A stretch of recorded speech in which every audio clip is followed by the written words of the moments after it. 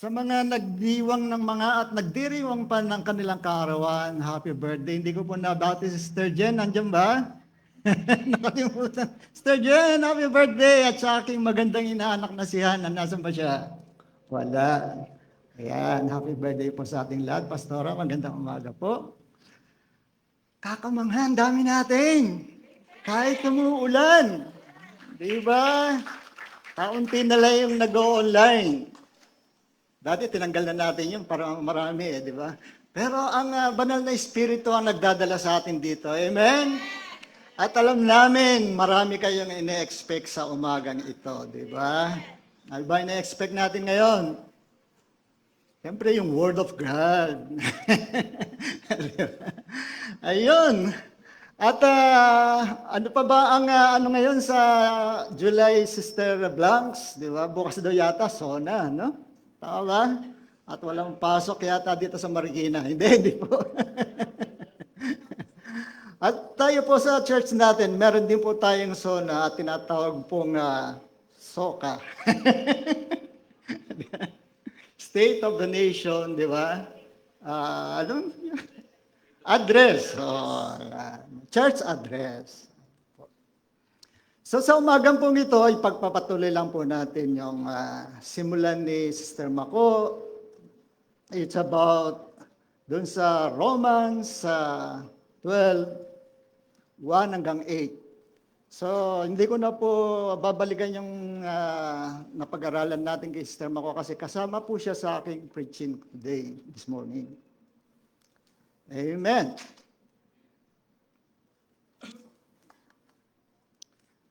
So, ang title po ng aking preaching ngayon ay Gospel Culture Changes Everything. Nung una kong makita ito dun sa binigay na schedule ni Brother Mick, ano ba yung gospel culture, di ba? Kasi pagka sinabi natin culture, sabi ni Brother Steve, kultura daw. Di ba pagka-culture yung parang nakasanayan na, nakagawian na, naka-imbibe na sa ating puso. O sa madaling salita, lifestyle na ng ating buhay. Di ba? Pero dito, ang ginagaang pinagtutuan natin ng pansin dito ay yung gospel culture itself. Di ba? Kaya nga, kung meron kayong wala nagdadala ng Bible ngayon, nasa cellphone na lang di ba? Sa chapter 12, di ba? Actually, nasa gitna na po tayo ng teaching ng Romans. Nakailan na ba tayo? Parang naka 25 ba? Na teaching or series tayo, di ba? So ngayong umaga, sabi ko nga sa inyo kanina, yung culture, di ba sa iglesia natin, ano ba ang pwede natin sabihin na mga cultures ng Rema? Di ba, mga Remites daw, mahilig kumain. Ayan. Maga, tanghali, gabi, may merienda pa. Naalala ko nung nasa Pandaang kami, nila Pastora, almusal pa lang, tapos may merienda, midnight, morning snacks. Tanghalian, tapos PM snacks. Uuwi pa, tapos kakain pa sa labas. Di ba? So, dala-dala natin yung kultura na yon hanggang dito. Di ba? Kami, Family David, ang kultura namin, pagkatapos po ng service natin, ay tumatakbo na kami doon sa Pandicielo. Masiramon po. Kaya napakasarap. Masiram ang mga pagkain doon, di ba? So yun po yung mga kultura. Ano pa yung mga kultura natin? Kultura ng mga mga Remites, mga taga-Rema. Mahiling mag-travel, di ba, Nancy? By the way po, uncle po ako ni Nancy at lolo po ako ni Zion at ni Zoe. Grandpa. Tawag nila sa akin, Lulu. Ayan po. So, yun. Punta po tayo sa slide 2. So kung doon sa first 11 chapters po, di ba, naka 11 chapters na tayo. Ang dami na po mga nag-preach dito, nag-share nung series na yon. Paul has really just been giving us yung gospel doctrine. So yung pong Romans 1 to 11 is about gospel doctrine pa lang. Diba? Dinodoktrina pa lang tayo about sa gospel. Kumbaga ay parang theoretical pa lang siya. Wala pa siyang practical. At kind of just telling us how to think correctly about God.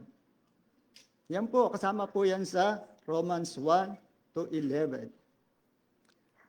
The Bible, Jesus, tayo, ourselves, maging yung sin, di ba? At yung gospel, lahat, everything, all of it. Next. So, as we go to chapter 12, na which is yung ating chapter na pag-aaralan this morning, di ba yung sinimulan ni Sister Mako, yung verses 1 and 2, di ba? Kung babalikan po natin yung last week, nakita po natin na si Paul ay, ang tawag doon, umikot, di ba? Pivots, di ba? Na from talking about gospel doctrine to talking about gospel culture. So magmula po itong chapter 12, pataas po, puro culture na po, gospel culture na po yung pag-uusapan natin. Meaning, the way Christians live their life and everything in the aftermath ng gospel doctrine, di ba?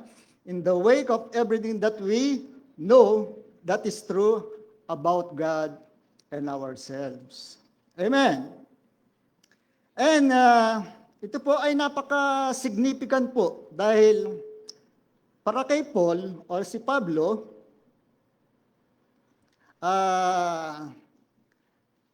the world has never been the same. That the truth of the gospel, it informs and compels and empowers people to live radical lives for and with Jesus that brings about seismic shifts, di ba? Malaking pagbabago to the world around us. At ito po ay ultimately bakit we're in fact nakaupo po tayo dyan ngayon sa inyong mga upuan, di ba? Dahil ito po ang ibig niyang sabihin, gospel doctrine is really just correct thinking about God. It's just about correct thinking about Jesus. Di ba? Yan po ang gospel doctrine. Ngayon po nasa gospel culture na tayo. Next slide. And so, kung titingnan po natin yung mga salita at ways ng ating Panginoong Jesus, makikita po natin how He speaks and how He lives and how He loves. Ngayon, ang question po is, anong ibig sabihin ng lahat ng ito para sa atin? At ito po ang sinasabi ni Paul, ni Pablo, at ginagawa niya, di ba? Walking towards throughout dito sa Romans. So that's so far on this journey. Narinig po natin na Apostol Pablo, sinasabi niya the same words as Jesus, tulad ni Jesus. Simply saying lang na the same things about the effect of sin, the nature of God, the predicament of people, and really the hope of the gospel. That if you've been around this journey, dun sa mga naunang 11 chapters ng Romans, Paul has been laying gospel doctrine. So yan po yung gospel doctrine. And as he's done this, pinakita niya sa atin over and over and over again, the same story that never gets old. The gospel. Yan po yung pinag-aralan natin ng Romans 1 to 12. Amen po ba? Next slide po. At to be sure na same lang yung page natin, ito po, here's what I will say about the gospel. Sabi po ni J.I. Packer, the renowned theologian, he once said this, the gospel in 5 words is this, is that God saves sinners through Christ. Yan lang po ang ibig sabihin ng gospel. Tandaan po natin yan, binanggit na po yan ni Sister Mako last time. God saves sinners through Christ. This is what it's all about. Kaya kung kayo po ay bago lang dito sa church, sa Rema, we're primarily about the gospel. Kaya po tinawag tayong the Rema Word of God Church. Rema Word, Gospel, di ba? Amen. Parang hindi ka hinaniniwala. And everything flows from the gospel. Sabihin nyo nga, everything flows from the gospel. At pag sinabi kong gospel, ay ito. God saves sinners through Christ. Sabihin po natin ulit, God saves sinners through Christ. Amen. Madaling turuan. Ano pa? Ito pa po. The gospel, sabi nga niya, there is of God and you're not in Him. And that God is altogether good, altogether perfect, altogether holy, and He's made us in His image. Pero tayo po ay different sa Kanya dahil while He is holy, we are sinful. Di ba? And sin in our lives, it separates us from God. It separates us from each other. Ngayon,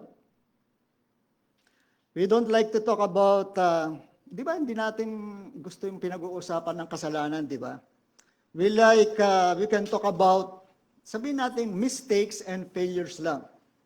Kasi pagka sinabi natin sin, di ba? The Bible just simply calls that sin. And that sin separates us. Naulit ko lang po. And that separation doesn't seem like a big deal for many people. Kasama na po tayo dyan. Di ba po ba? But it goes through this life into eternal life.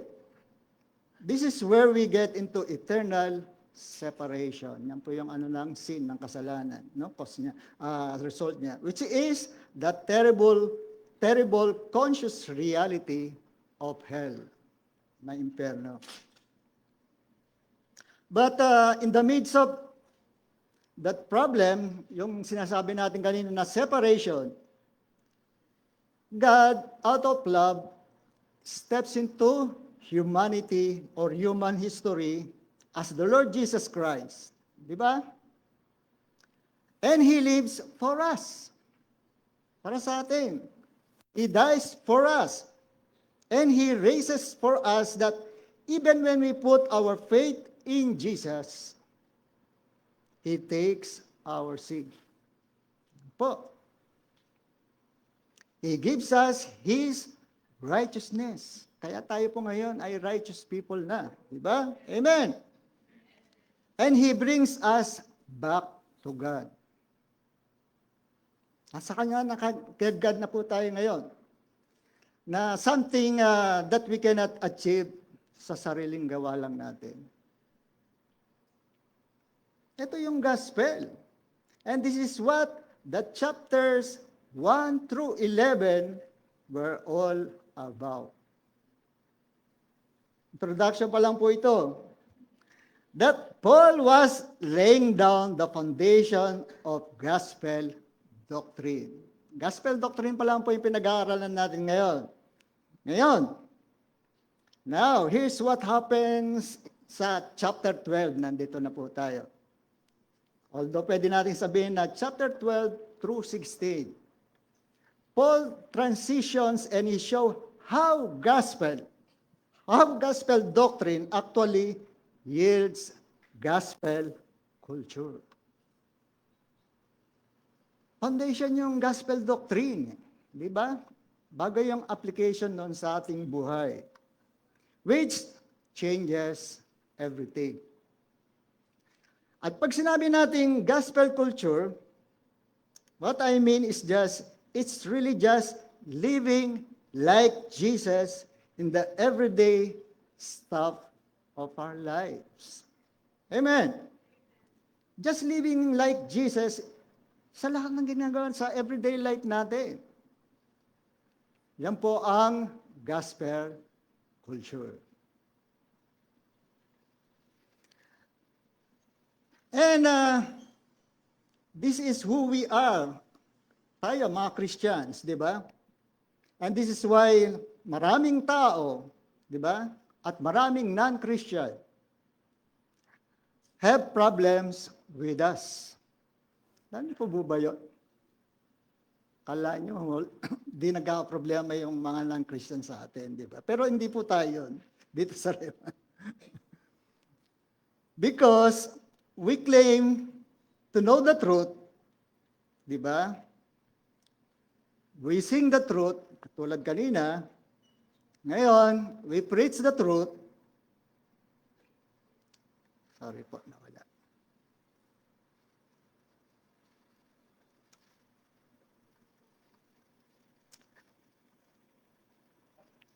Technical, patulong lang. Parang nawala siya. Ayun, lumabas na. Nasa Romans 12 na tayo. Nawawala siya.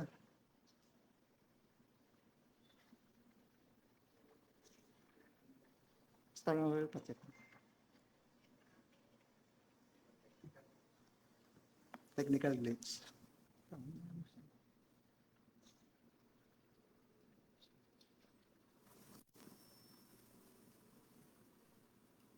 Walang connection. Wala kang nakaano ka. Wala kang not connected. Kakapit. Sorry po ah.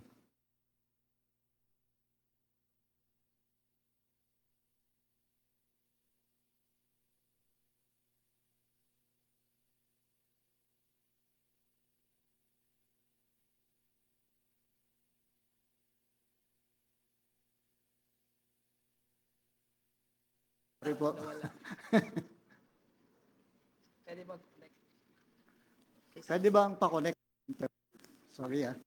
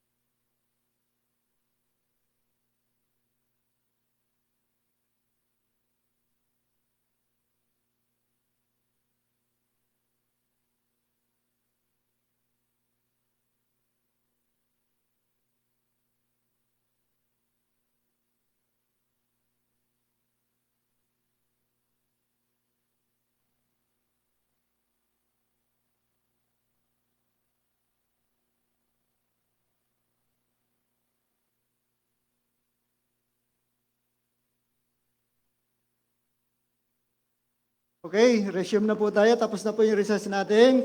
Class, balik na po tayo. Amen. God is good. All the time. Amen.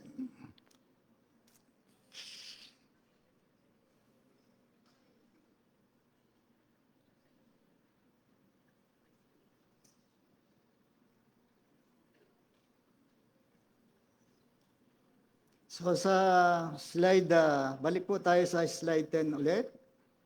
Slide 9.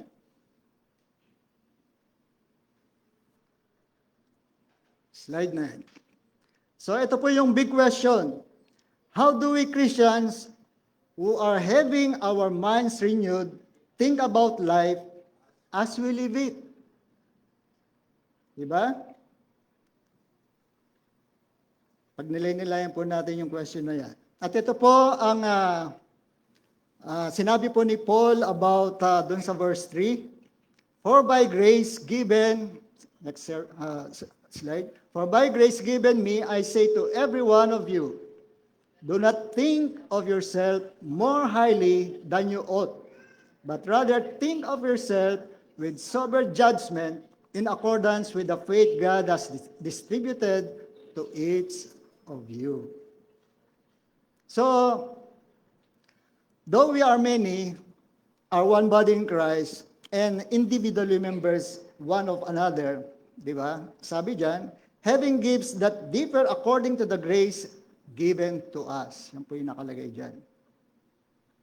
So, ano pong gagawin natin? Let us use them. If prophecy in proportion to our faith, if service in our serving, the one who teaches in his teaching, the one who exhorts in his exhortation, the one who contributes in generosity, the one who leads in zeal, the one who does acts of mercy with cheerfulness. So, ito po yung word natin this morning, di ba? Ito po yung here's what Paul is doing. Paul is sharing with us how specifically yung mind natin ay nare-renew. And throughout these 6 verses na kababasa lang po natin, Paul shares how we think rightly about ourselves. About sa atin, fellow believers natin. Think about the gifts na binigay sa atin ng ating Panginoon. And how we're going to walk through this passage at maintindihan ito and apply it ngayon sa ating buhay. And so to start, Paul, sinabi niya na with us thinking about ourselves rightly. Okay. So, kung babalikan po natin itong verse 3 ulit, sinabi niya dito na, for by grace given to me, I say to everyone. Diba? Kung nakikita po natin ngayon dyan sa ating screen. Kung nagte-take notes po kayo, pwede nyo po itong isulat. Na? He's talking to every Christian. So, nakalagay po rito, pwede po nating i-take note to. Everyone, I say to every one of you, do not think of yourself more highly than you ought, but rather think of yourself with sober judgment in accordance with the faith God has distributed to each of you. So para lang po ma-emphasize, di ba?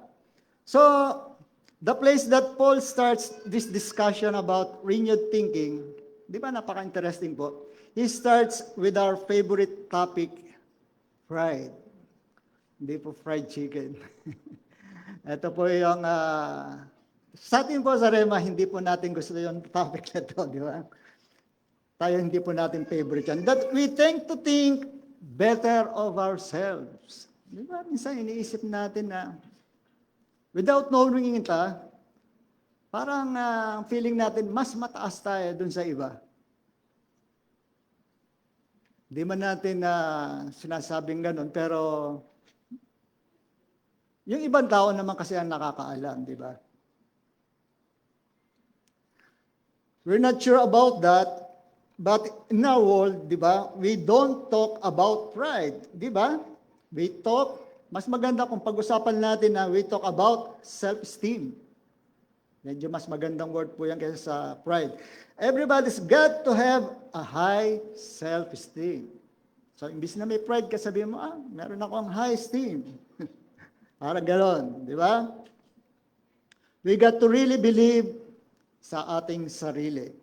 Like, it's also called pride sa Bible. Di ba nababasa natin yan sa Bible? Kung alam natin yung Bible natin, the Bible has nothing good to say about pride. Wala. It's demonic, sabi niya sa Bible, di ba? It was Satan's sin. At siya ang mother of all sins. Kaya nga bumagsak siya di ba, si Satan dahil sa pride. And it's always pregnant with evil. Ito po ang tinatawag nating pride. Ano ba sa Tagalog ang pride? Kayabangan? Mapagmataas, mapagmalaki. Yun po ang synonyms ng pride o translation ng pride. And what he's talking about here is really our heart. Nanggagaling po lahat yan sa ating puso. Yung pride. Yung mapagmataas, mapagmalaki, mayabang. So, kung ipipigure out lang natin, tatanungin natin, God, who I am? Sino ba ako? Di ba? Like, I know who you are. You're the Lord Jesus Christ. You're the God-man. Pero, sino ako? Sino tayo? And what he really says is to assess yourself with sober judgment. Isa po yan sa mga bullets dyan sa Romans 12:3. All right? And here's what you need to know. When it comes to the gospel, that itong church po natin at ang mga buhay po natin, we need to understand that the gospel doesn't just like save us. Hindi lang po tayo nililigtas. But the gospel teaches us to think rightly about ourselves. Tandaan po natin yan. Kaya po yung word na sober in the Greek literally means like accurately or sanely or in your right mind. Yan po yung sober. And Paul is saying, think of yourself like soberly. Ano ba yung soberly? Mahina. Di ba? Maayos. Like some of us, we tend to think of ourselves like, di ba, yung sa sobrang hambog natin, like parang lasing na tayo. Di ba? Ano ba yung attitude o behavior ng lasing? Di ba? Wala sa sarili. Right? And you're like, I'm just a really great person. Sinabi mo yon. I'm loving. Di ba?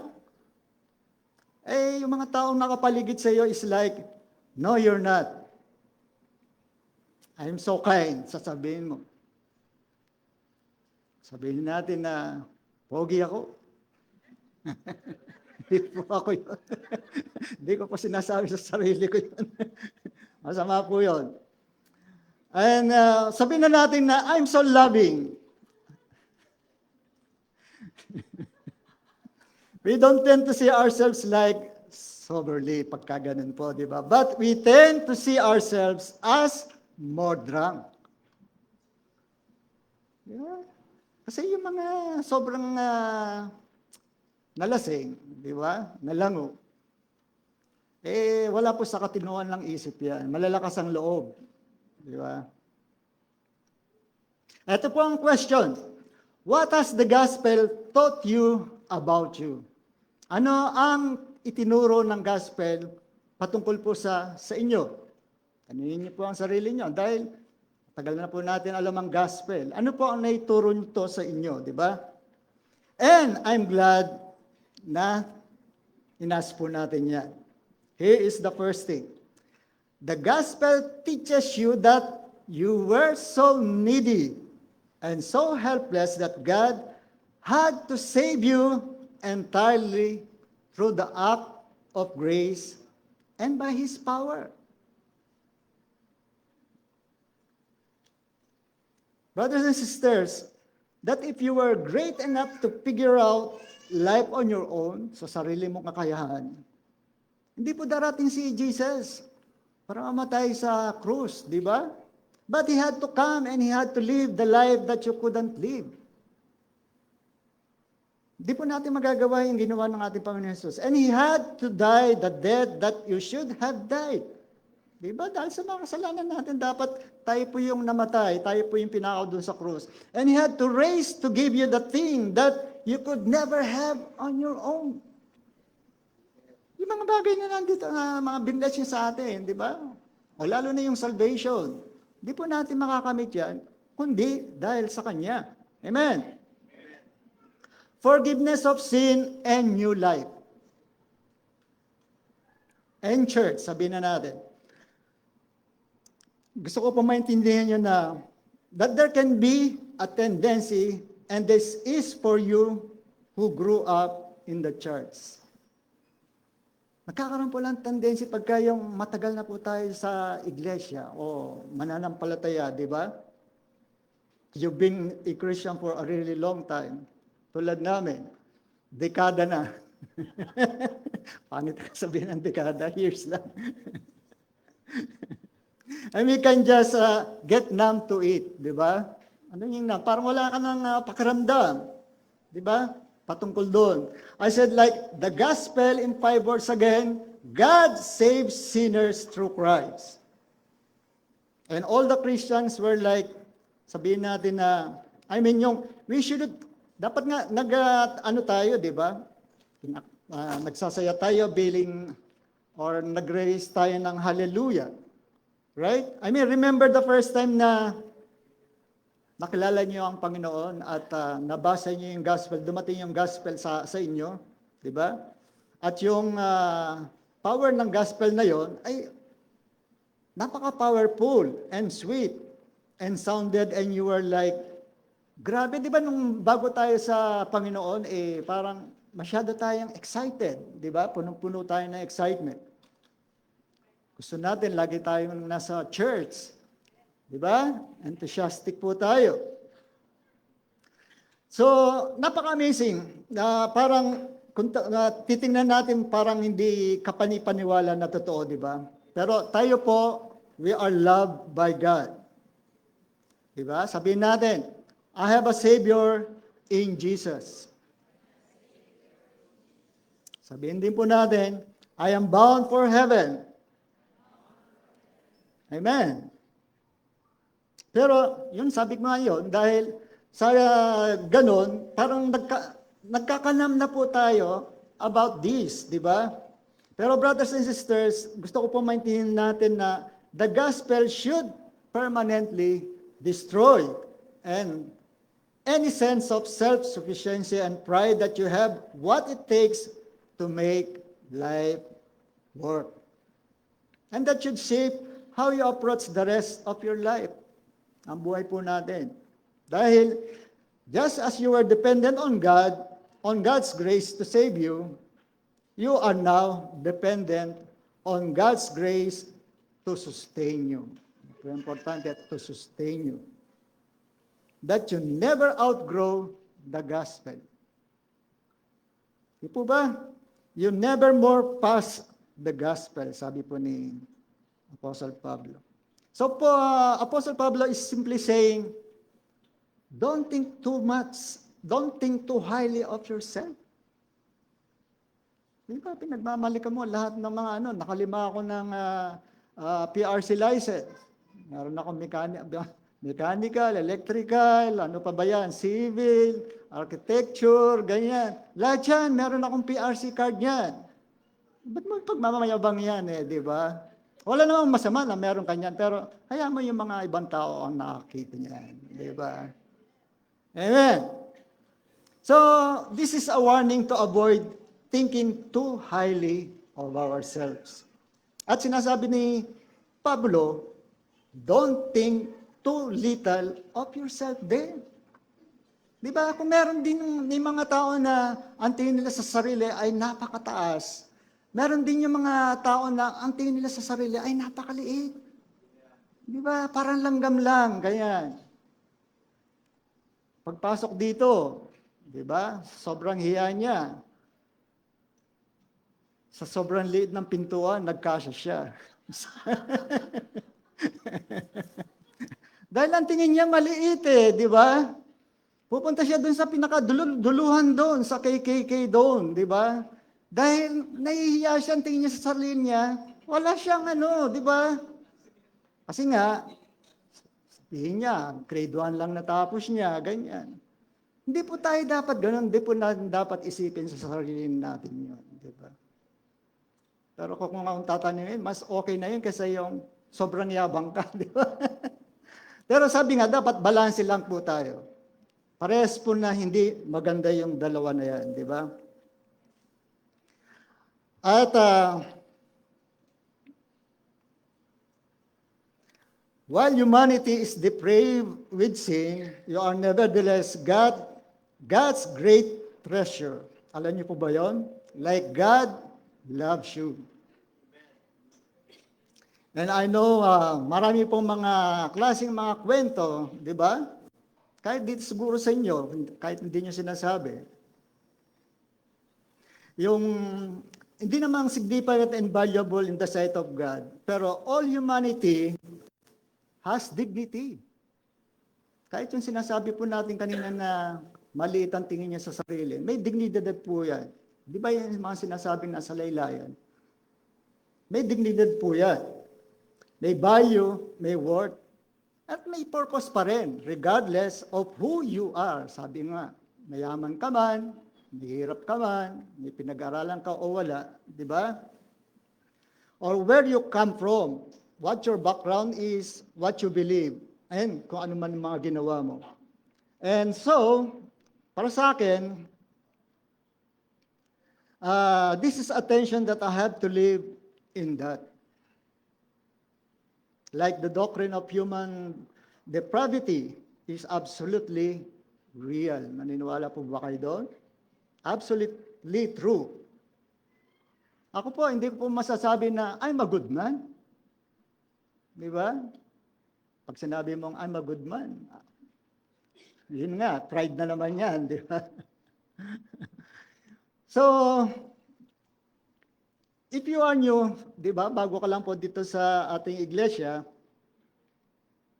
at gusto niyo mong maging leader o maging pastor, di ba? I don't know. Malalaman po natin yan sa mga susunod na series, no? So, yun, sabi mo di ba? I'm not a good man, at alam ko po yun. Siguro ganun din po kayo, di ba? But I am simultaneously redeemed man from faith in Jesus. Na-redeem na po tayo. Hindi lang po ako. Tayo, di ba? And while that should humble us and make us think of ourselves less, we also remember that in the midst of brokenness, we were given adoption papers by God through Jesus. Amen.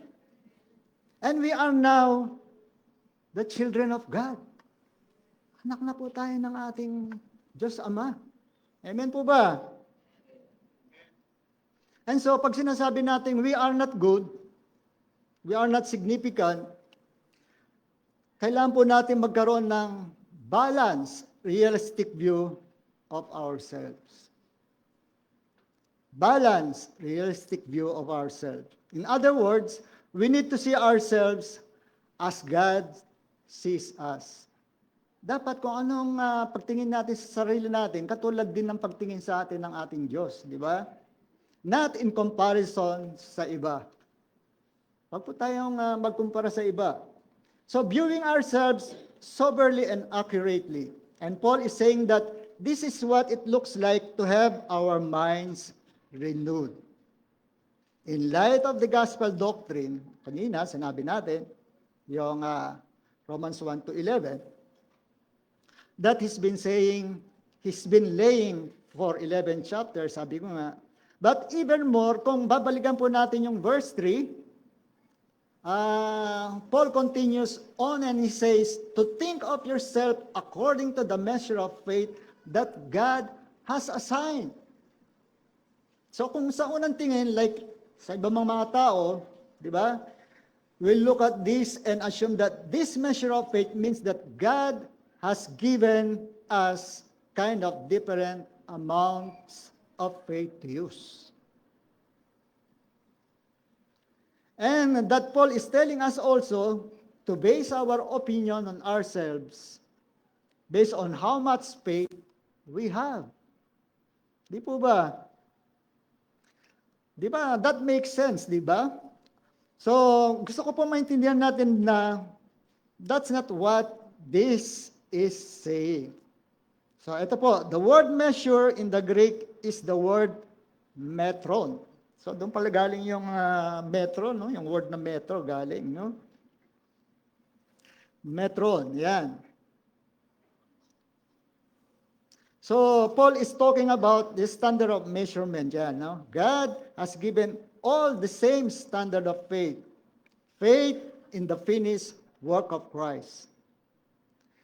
At yung faith po na yan, make us profoundly equal in the eyes of God. Pare-parehas lang po tayo. That each of us, Christian, with faith we possess, lahat po tayo niyan meron, the same righteousness of Christ, katulad ng iba, who has faith in Jesus, tayo po ay part ng isang body, the same body, and we have received the same Spirit, and so we're just as righteous as the most righteous that they do in the same Spirit as the work within us. And so again, ang Paul's big point dito is not to think too highly of yourself. Ulitin po natin lagi yan, di ba? That you are such a desperate sinner that Jesus had to die to save you. But with that, ulitin ko din, don't think too lowly pa rin of yourselves either. Because through faith is given us lahat ng righteousness na binigay ng Espiritu sa atin, di ba?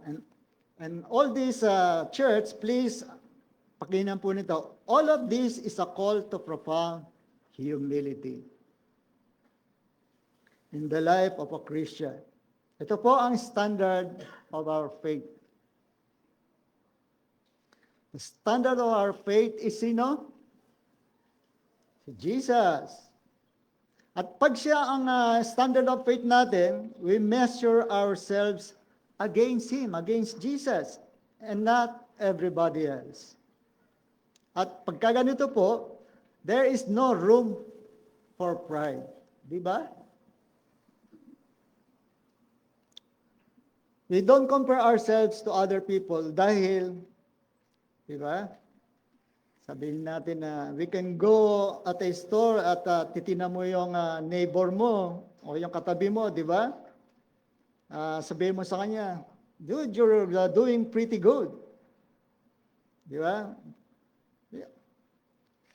Anyway, but when we look to other people, we can fill ourselves with pride and think that we're doing pretty well. But when we look at Jesus, at kinumpare natin ang ating sarili kay Jesus, there is now no room for pride. Ang tagal ng ating teaching sa pride, because we're actually not that great. But we're highly valued. A Christian is humble. Christian ba tayong lahat? So, humble din tayo, di ba? A prideful Christian doesn't make any amount of sense. Wala palang amount of sense ang, di ba? Ang prideful people, di ba? Christians are humble. We're like sheep. Di po tayo peacock. Bakit peacock? Di ba pagka yung peacock, yung kanyang mga balahibo ay tumaas, parang napaka-proud niya, di ba? Ano ba yung sa Tagalog ang peacock? Pabo yata yun. Yeah. Because in light of the gospel, we know that tayo po ay hindi great, but we also know that we are highly valued and loved. Amen. And when we think that way, God is glorified. And we assume the right position to be used by God. So because, pakinggan po natin to, the truth of 1 Peter 5 and James 4. Next slide. At ito po ay medyo nakakatakot. This is terrifying if you don't know this. It says that God opposes the proud but gives grace to the humble. No-oppose pala ni God ang mga proud. And so, anong ibig sabihin nito? Ang ibig sabihin nito is that God is in heaven doing two things. Ano yun? He is opposing and bringing down prideful people. And He's giving grace naman and lifting up humble people. And I share this because I know that some of us dito sa room na ito, sa congregation na ito, really want to experience God to a heightened degree. Gusto niyo pa ba yun? Ma-experience natin yung heightened degree? Some of us really want to be used by God in great way. Yun naman po natin yung gusto natin. And maybe, you aren't feeling this way right now. You are not experiencing that right now. Diba? Maybe a good place is to start examining your pride. Amen. Because God opposes the proud. Ulitin ko po. So, let me just ask you this, like, how are you thinking about yourself today? Ano po ang iniisip niyo sa sarili niyo ngayon? Kailan po makakasagot niyan? Do you have like an inflated, drunk, arrogant view of yourself? Part pa rin po ng pride. Where you kind of walk into a room, papasok ka dyan, like this or that person, di ba? Where you kind of just think that you're better than other people. Di po tayo dapat ganun. Like objectively better than other people. Na sasabihin mo na, ayun, binanggit ko nga kanina, nahanda yung mga degrees, di ba? Na nakatapos ako ng doctorate, masteral, di ba? Wala naman po, sabi ulitin, wala na pong masama, pero wag lang po nating ipagmamayabang. Amen po. So, or maybe you have the opposite view and you walk in, you have a very poor view of yourself and you think you're just worthless. So, inuulit lang po yung sinabi natin kanina that you don't even deserve to be in this room. Around people and you have nothing to give people. Kayo ba yon? Tayo ba yon? Hindi, di ba? Both of those views are wrong. And Paul is telling us, again, to renew our minds. Renewing of our mind lang lagi, di ba? By thinking rightly about ourselves. Sipin lang natin yung rightly about ourselves, di ba? And ina-encourage ko po kayo na makipag-connect po tayo sa mga connection group. Like, sa men's fellowship kanina, di ba? Every Sunday morning. To talk about this. Pwede natin maging topic ito next week. How are you thinking about yourself? So next week, sa men's fellowship natin, may sagot na kayo about yourself. And so Paul says that having a renewed mind starts with thinking rightly about ourselves again. Next slide. But then he goes on to say this, that it's actually nasa verse 4 po, about thinking rightly about other fellow believers. Ito po, thinking about other fellow believers. Ano po ang iniisip niyo sa ating fellow believers, fellow Christians, mga kasama natin ngayon, di ba? Sa verse 4 po, mababasa po natin dyan na, "For as in one body, we have many members, and the members do not all have the same function. So we, though many are one body in Christ and individually members, one of another." Now, brothers and sisters, yung word po na yon at the beginning ng verse 4, ay nakalink po yan closely dun sa binasa natin sa verse 3. Because when we think rightly about ourselves, with Christ as a standard, we will able to think rightly about other people around us. Pagka po tama yung thinking natin about Jesus, di ba? Ganon din po magiging right din po yung thinking natin sa iba, sa other people.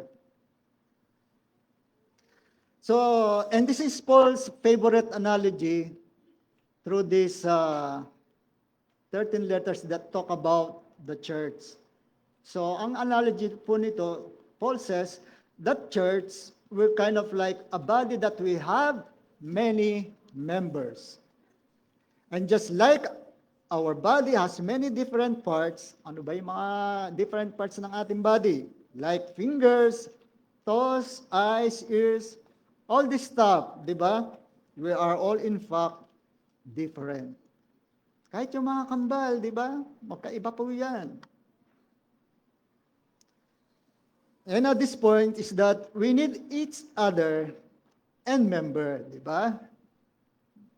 We don't have all the same function, and just like tulad ng human body natin, di ba? When all the parts are healthy and working in harmony, life is good. Di ba? Kung lahat ng parts natin ay nasa maayos, healthy, in good condition, di ba? Masaya tayo. Nakita niyo na ba yung taong na napilay, di makalakad, buong katawan niya, damay, di ba? Or naka-experience na ba something physically that God uses to teach you something spiritually? Nakaranas na po ba kayo ng gano'n? This is actually, naranasan ko po yun, minsan, this week lang po, yung pagising ko, parang sumakit yung aking hip, yung aking balakang. Matanda na kasi. Kasi po before nung day na yon, ako po ay nag-deliver sa Cavite kasi hindi po available yung aming delivery guy. So, ang dami kong binuhat, mga boxes, di ba? So, yun po siguro yung resulta. Pag-gising ko, ang sakit na aking balakang. Pinag-pray ko naman.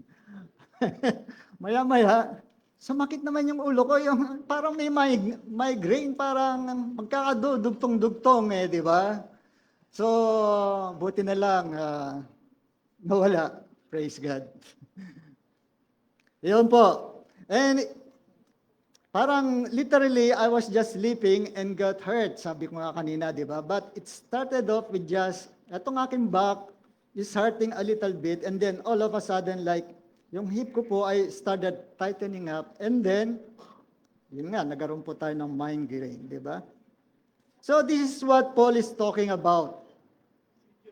He's trying to help us think rightly about the church, that we are interdependent, mutually necessary, and if one of us is missing or not functioning, we are all suffering.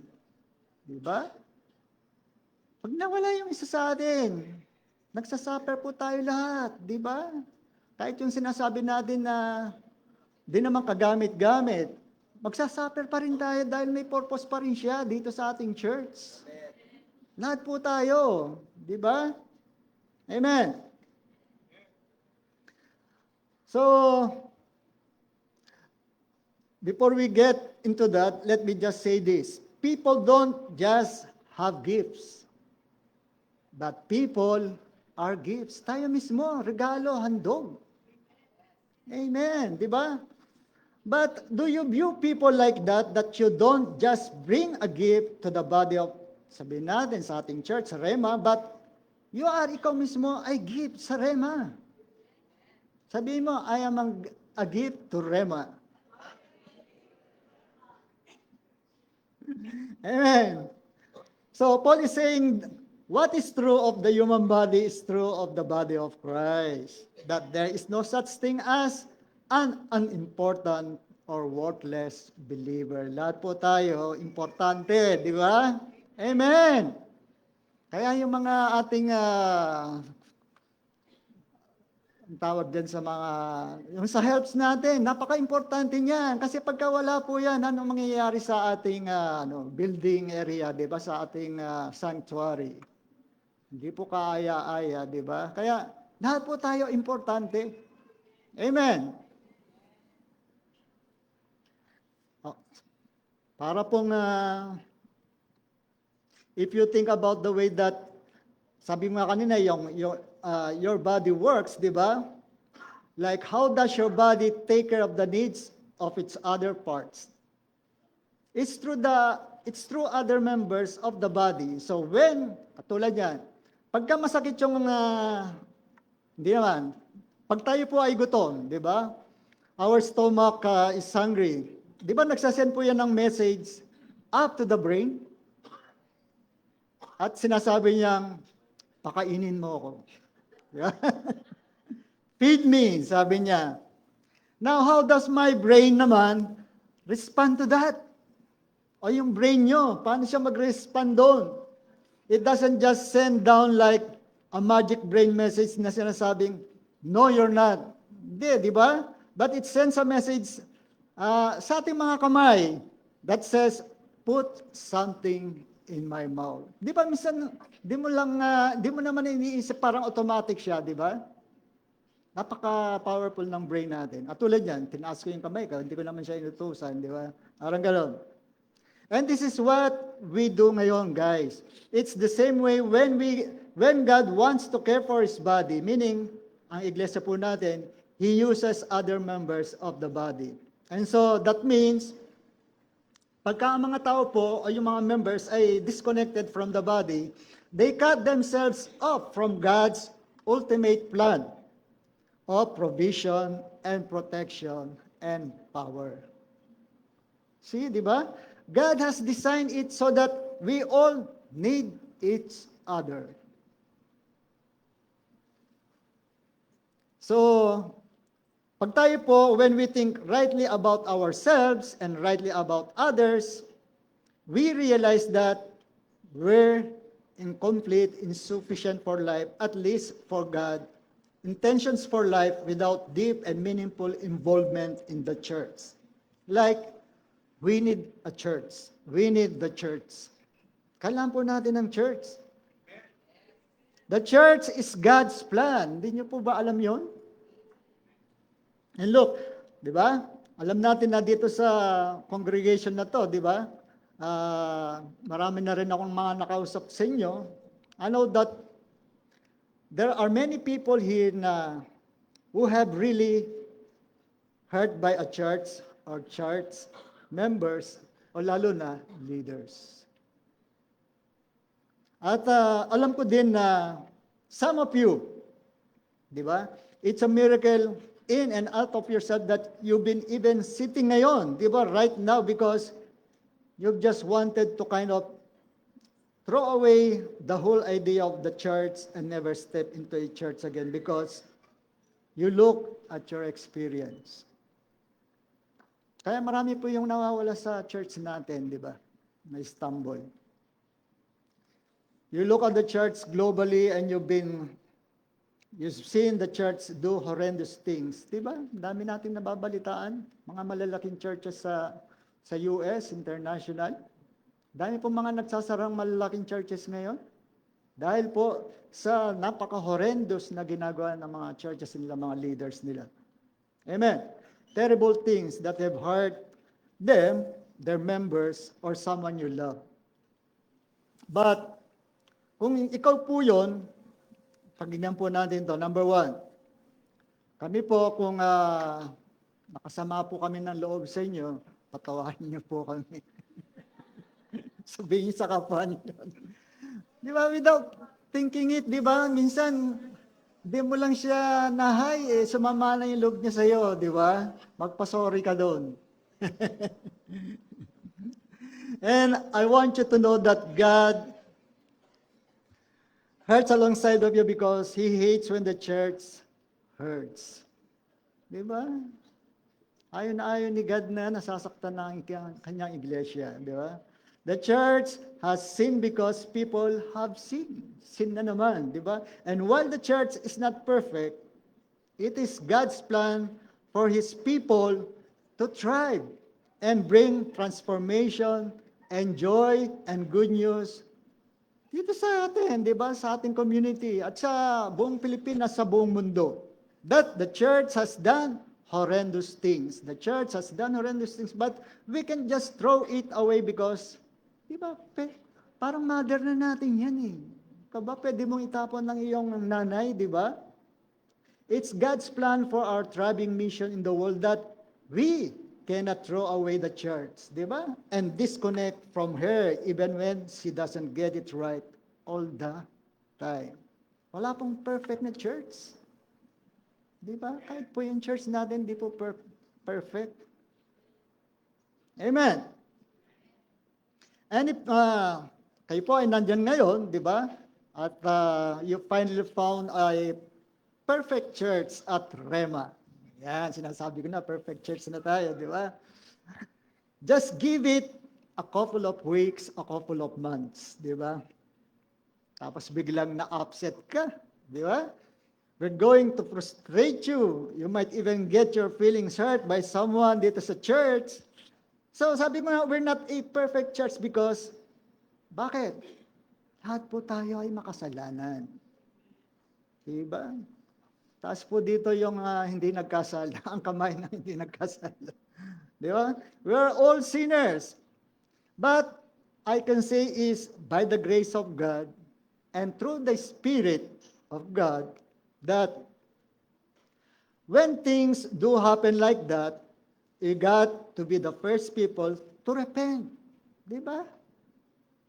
And seek forgiveness and unity and restoration. Pag nakasakit po tayo ng ating kapwa member, di ba? Tayo po ang unang humingi ng forgiveness sa kanila. There is nothing more helpless and disturbing than a disconnected body part. I say again, di ba? Napaka-gross, di ba? Or gory nito, di ba? I mean, we call this a horror movie because what happens to a body part that gets cut off from the body? Di ba nakakita kayo ng mga aksidente, naputulan ng paa, ng kamay, ang daming dugo, napaka-gory, bloody, di ba? It shrivels up and it dies. Ganon din po sa atin. Pagka meron pong natanggal o nawala na miyembro po natin, siya po ay namamatay. Namamatay spiritually. Amen. So, that's the future of a disconnected believer that you cannot thrive as God intends you to be when you're disconnected from the body Christ. Naku po, konti na lang po yung oras. Okay. So, bilisan lang po natin. So, our role as pastor and leaders, tayo po, lalo na yung mga pastor sa mga ibang leaders natin dito, would be so much easier if we just threw away yung mga connection groups. Ano po ba kayo? Naniniwala kayo doon? Ako hindi. If we didn't have to worry about getting people connected to these little families called connection groups, and we didn't have to worry about the discipling and training and loving and raising up leaders for those groups, ang role po natin and job natin would be way easier. Pero hindi, we cannot. We can't do this, that if we're trying to make disciples to thrive in God's design, we have to be in community. Because God has crafted us for connection to the body. Amen? And when you don't have that, you can thrive as God intends. Bibilisan ko po. And there have been times where God just raises up somebody or some family in our church body at just the right moment to speak a word of encouragement, to speak a word of warning, to give guidance, to give a gift of love, to minister to us and our family exactly at the right moment that we needed it. Kayo po yun, especially mga pastors natin, di ba? This is God's plan for the church. And when we're working together in unity in the body, this is when God does His best in most powerful work in our lives, through our lives, pamagitan ng mga buhay natin. And so, through Christ, we're unified a family body that were all also different. And this diversity, brothers and sisters, is beautiful and needed, that we all have different roles and functions to make this church body thrive. Amen po ba? At this is the last thing Paul is going to talk, di ba, about dito sa section na ito, about giving us gifts. But I want to just mention one more thing in talking about the body. Isa na lang po. I've heard people say that they feel like stuck or locked in life with God. Nakarinig na po kayo ng mga members natin ng gano'n o ng isang Christian, na stuck daw po yung kanilang, sabihin natin yung spiritual life nila, di ba? And maybe, kung yun po kayo, maybe, you read your Bible, you're even praying, but you're just feeling like you're lacking. Di ba may mga times na gano'n, di ba? Kung tayo po yun, start with like, are you neglecting getting together with other believers and depriving yourself of the exchange necessary for spiritual growth?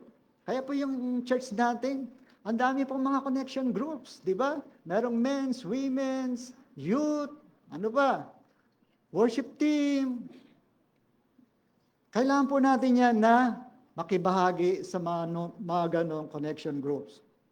That is why, yan nga, sabi ko kanina, we need this in our life. Diba? We'd love to help diba? Maybe you're in a connection group, sabi ko nina, you're in men's ministry, lahat yan, you're all this stuff, but you're still kind of feeling those things. Minsan nalulupay-pay din tayo, diba? Maybe you need to go back to the first point and start thinking about how you think about yourself. Balikan po natin. Ulit, how you think about yourself. Like you are physically present. Siguro, yung iba sa atin dito. But because of your pride, bumalik na naman yung pride, or your insecurities, you're presently there, but no one knows you because you're not real, because we need each other. Something about to think about and talk about in your connection group or in our connection group this week. Pag-usapan po natin itong message natin ngayon. And also, Paul, he's helped us to think rightly about ourselves and other believers. Next slide. And he ends this section, matatapos na po tayo, with helping us to think rightly about our gifts. Pag-usapan na natin po yung mga gifts na binigay sa atin. Sa verse 6 po, next slide. Having gifts that differ according to the grace given to us, let us use them. Gamitin po natin yung mga gifts na binigay sa atin ng ating Panginoon. Kung yan po ay prophecy, in proportion to our faith. Kung yan po, if service, in our serving, the one who teaches in his teaching, the one who exhorts in his exhortation, the one who contributes in generosity, the one who leads in zeal, the one who does acts of mercy with cheerfulness. And so, nagsimula po si Paul na talking about spiritual gifts. Ito, alam po natin na there are some variances kahit dito sa ating iglesia as a whole as to it relates to some spiritual gifts. Di po ba? If some of you grew up in churches, di ba, katulad natin, sabi ko nga, dekada na tayo, and it's like you talk about spiritual gifts all the time and you always saw them being exercised and used, and there are others of you that like you grew up in the church and you didn't really hear about them. It was kind of more theoretical than but never practical. And maybe you even feeling like a little bit weird right now, like, what are they going to say about spiritual gifts? Di ba? Actually, marami ng beses na na-preach sa mga spiritual gifts sa atin, dito sa ating church. But one thing I love about our church family is the diversity of background of people that we have here. Di ba? That we have a lot of you from like, ano ba yung mga backgrounds natin, di ba? May mga iglesia rito, may mga Mormons, type of Pentecostal, ayan. All these different backgrounds, what we have, all types of people from all types of life. At napaganda po nitong diversity na ganito, di ba? But as it relates to spiritual gifts, we're not going to take, hindi po na tayo magdudal masyado doon sa ngayon kasi mahabo po yan. We might do a teaching series through this sa mga susunod na mga buwan o taon, di ba? Next slide. But here's what you need to know. 4 quick things lang po. Next slide po. At tapos na tayo ng konti. First, if you look back to verse 3, yan, babalik na naman. Paul says, everyone. Everyone, sabihin natin, everyone. Lahat po tayo. Paul is talking to all the Christians in Rome. Dun sa message na po yun. And in verse 6, as he's talking about spiritual gifts, he's talking about all the Christians naman.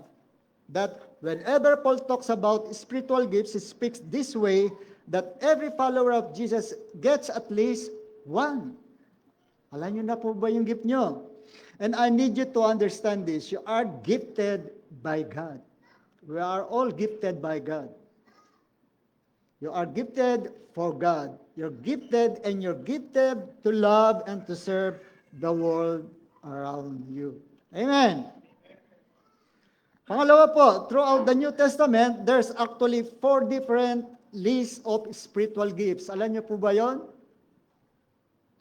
So, this one here in Romans chapter 12, yeah, makikita po niyo dyan screen. You see another one sa 1 Corinthians chapter 12. At meron din po kayo makikita sa 1 Peter 4 and then sa Ephesians 4. So, pakibasa na lang po. And if you look all these lists throughout the Bible, they are actually all different. And some people think that if you just take all those 4 lists and bring them all together, that you get like a comprehensive list of all the gifts that God gives. Now, personally po, don't think that that's true. I don't think it's an exhaustive list by putting these 4 lists all together. But I think they're examples of how God gives His people in His church. Amen. Next slide. But in this list po, meron po tayong 7 gifts. Alam, di ba? They're going to come, sa screen po makikita natin dyan, that Paul, he starts off by talking about prophecy. Number 1. Di ba? Sino po nakapanood ng Harry Potter?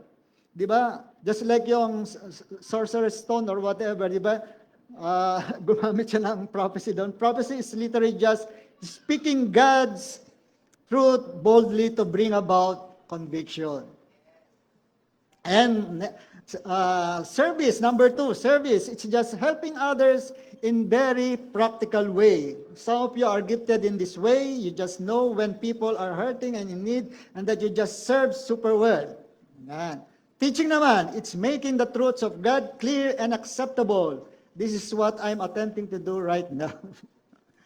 Exhortation. There are some people that are just gifted sa pag-encourage, kind of the downtrodden and like challenging the complacent. Generosity. Marami po dito sa church natin to. Giving freely with open hands. Amen? Some of us are gifted in a way that God has given you a unique way to think about money and entrepreneurship and stewardship. Marami pong negosyante rito. At marami po rito mga managers at presidente. And you just have a lot of money to be able to give away. Di ba? Pagka wala kang pera, di ba? Anong may bibigay mo? Anong may share mo? Di ba? Sa kapwa mo. Leadership and mercy. Yan po yung 7 spiritual gifts. And with this, guys, Paul is saying that each one is needed.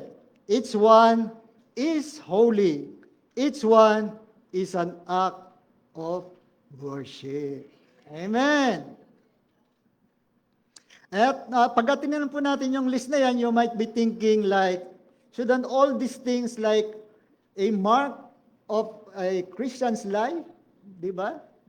Yan po yung isang mark o tanda o sign ng isang Christian. Di ba? Pag meron ka po niyan, kahit isa lang dyan. And the answer is yes. But that's where verse 6 naman comes into play, where Paul says, verse 6, is, according to the grace given that God gives certain believers an extra measure of grace in these things. And so, we are all supposed, to evangelize, but there are some people, and maybe, nakamit na kayo ng mga people na ganyan, they just say, hi to somebody, di ba? Like, nakapila ka lang sa Uncle John's. You know what I mean? And all of a sudden, yung katabi mo ay naging Christian. Di ba? Ibig sabihin, magaling ka. Di ba? May charismatic ka. Di ba? Napatanggap mo siya kagad. Kasi na-share mo ang haba ng pila dun sana. Sarap ng chicken. Eh, di ba? Ayun po. And you're like, that God has just uniquely gifted them in evangelism. Ibig sabihin po yung, di ba, ang bilis niyang napatanggap, no? Yung mga ganon, may gift siya sa ganon, sa talking, ganyan. May charisma siya that we're all supposed to give. But some people are just uniquely wired to make money. Yung binanggit ko kanina, to steward money and to give money. Di ba? Pastor says. Yan.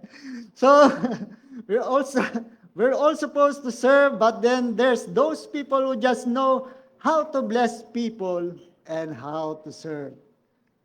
We all pray, but some people they just know when to pray and what to pray. Katulad na, sabi ko, si Pastora says, di ba, yung mga ating mga handlifters dyan, members, sila Pastora Pia. So while we're all called to do like everything on this list, we're not called to everything equally.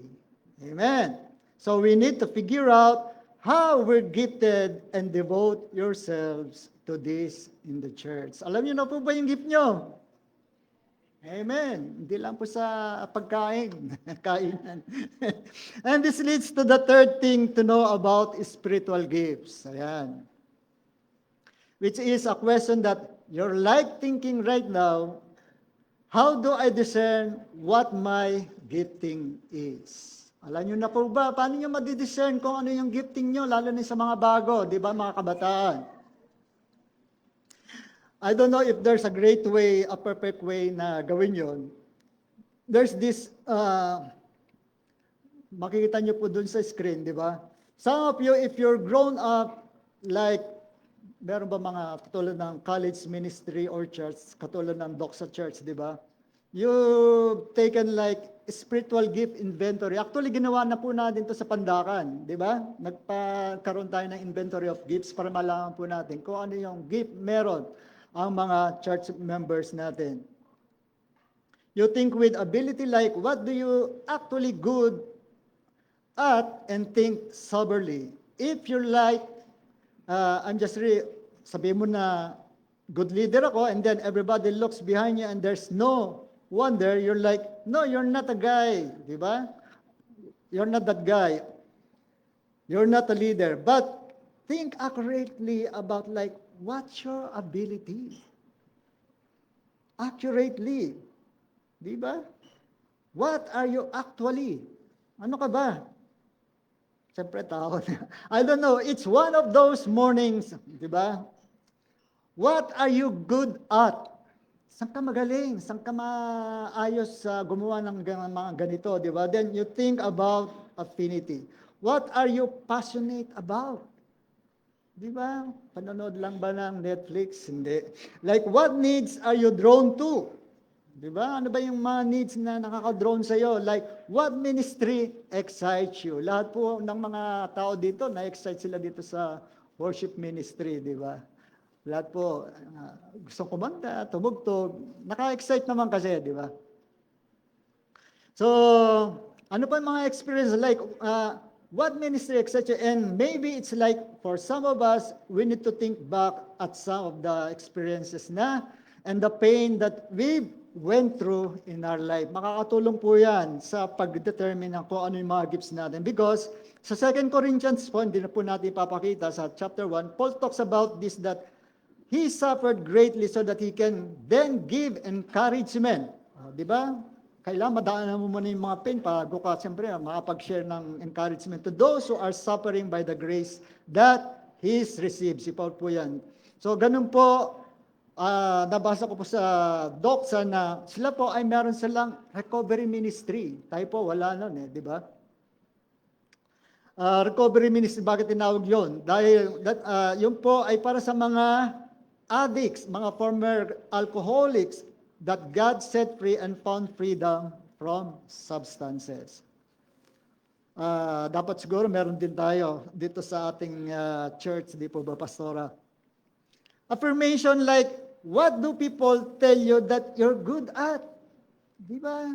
Nasabi sa iyo ng tatay mo, magaling ka dito, yan gawin mong kurso, ganyan, di ba? Sometimes people around you, around us in the church, they can see things that we can't see. Di ba? And the church can help you discern this. Pwede makatulong po yung mga ibang church members natin. And then finally, yung 14 po dyan, that Paul says about spiritual gifts. Sorry po, medyo mag-extend lang po tayo ng content at matatapos na tayo. 14, use them. Di ba? Nandiyan ba? You are gifted, use them. Lahat po tayo gifted. Di ba? Gamitin po natin. Kasi mawawala po yan pagka hindi na po natin ginamit yan. Amen.